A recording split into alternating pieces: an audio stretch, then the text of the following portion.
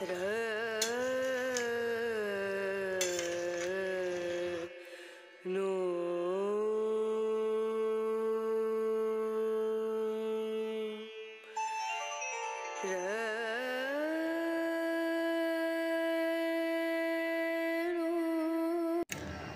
বানিয়েছি ওলকপির তরকারি। নমস্কার বন্ধুরা, সুলতান হেসেলে আপনাদের সবাইকে স্বাগত। এখানে আমি দেখুন 3খানা কচি কচি ওলকপি নিয়ে নিয়েছি। আজ আমি বানাবো ওলকপির তরকারি। আর যেসব বন্ধুরা দেখছেন তারা প্লিজ চ্যানেলটিকে সাবস্ক্রাইব করে দেবেন আর অবশ্যই লাইক দেবেন আর আপনাদের একটি সুন্দর মতামত দেবেন।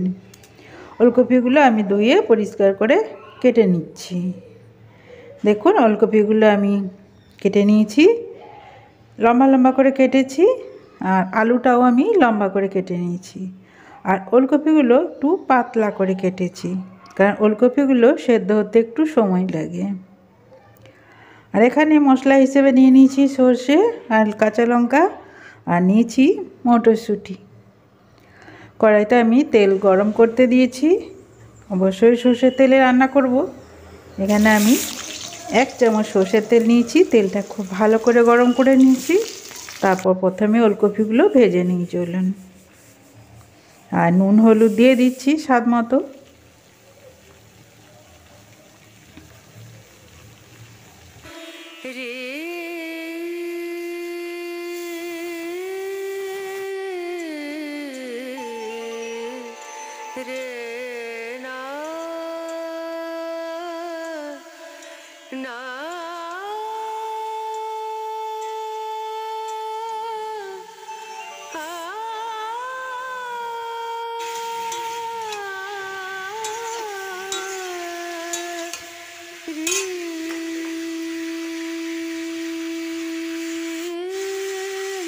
ওলকপি যেহেতু সেদ্ধ হতে সময় লাগে, তাই ওলকপিগুলো একটু আগে দিয়ে ভেজে নিলাম। তারপর আলুটা দিয়ে দিলাম।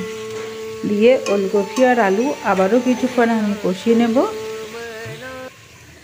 ঢাকা দিয়ে দিয়ে কষাচ্ছি যাতে এর থেকে জল বেরিয়ে একটু সেদ্ধ হয়ে যায়। আর গ্যাসের আঁচকে আমি মিডিয়ামে রাখলাম। এখানে আমি সর্ষে আর লঙ্কাটা নিয়েছি। এটা চাইলে শিলেও বেটে নিতে পারেন, আবার মিক্সিতেও বাটা যেতে পারে, তাই আমি মিক্সি নিয়ে নিলাম।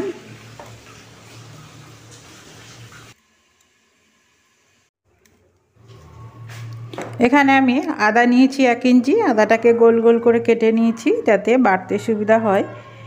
এরপর মশলাটাকে আমি বেটে নিয়ে চলুন। মিক্সিতেই বেটে নিচ্ছি, শিলে বাটলেও ভালো হয়।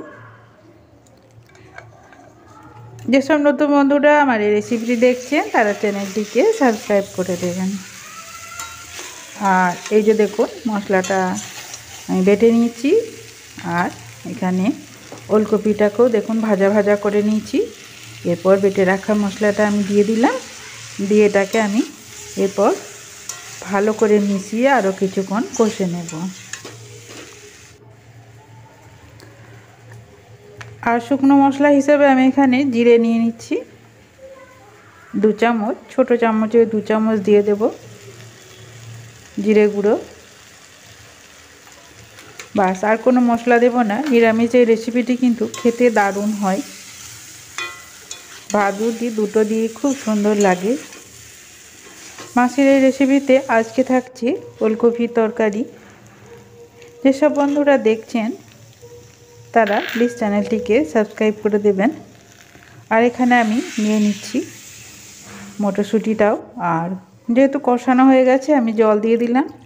আমি একটু ঝোল ঝোল বানাবো রুটি দিয়ে খাবার জন্য, তাই জলের পরিমাণটা একটু বেশি দিলাম।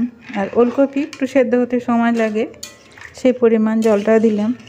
চাইলে প্রেসারেও দিতে পারেন, তবে আজ আমি কড়াতেই করব। এরপর এটাকে আমি ঢেকে 5 মিনিট সেদ্ধ করে নেব।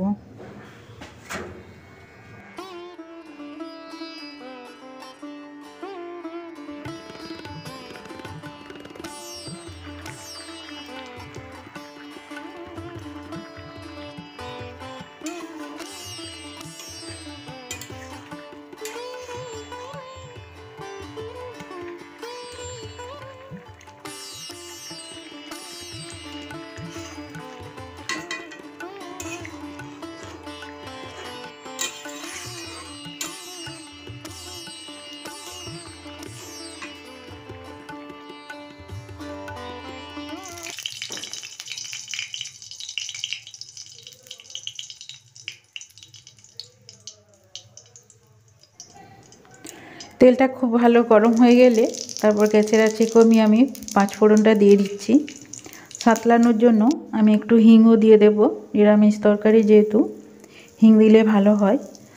আর যদি বোঝা যায় যে তেলটা খুব বেশি গরম হয়ে গেছে তাহলে গ্যাসটাকে বন্ধ করে দিতে হবে, যাতে 5 ফোড়নের মেথিটা পুড়ে না যায়।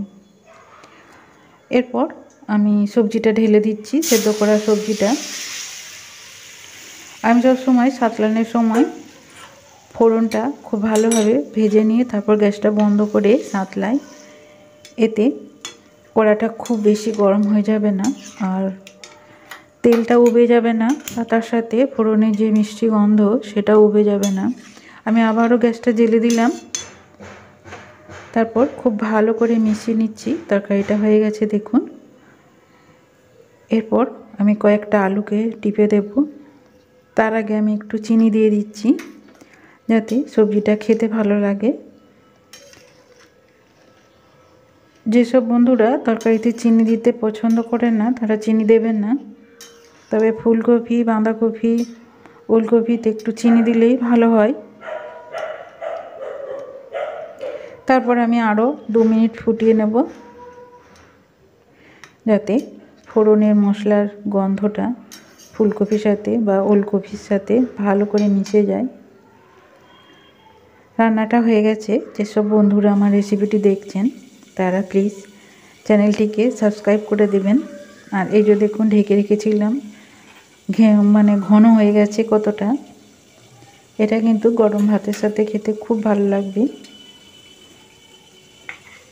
আমি একটা বাটিতে পরিবেশনের জন্য তুলে নিচ্ছি। আপনাদের একটি সুন্দর মতামত আমার এই রেসিপি সম্বন্ধে বলে যাবেন। আমার রেসিপিটি আপনাদের কেমন লাগলো।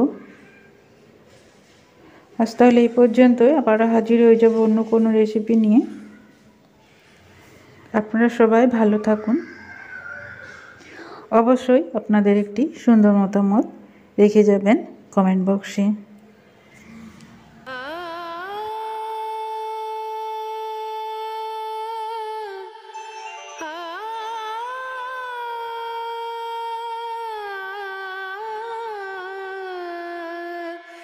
রে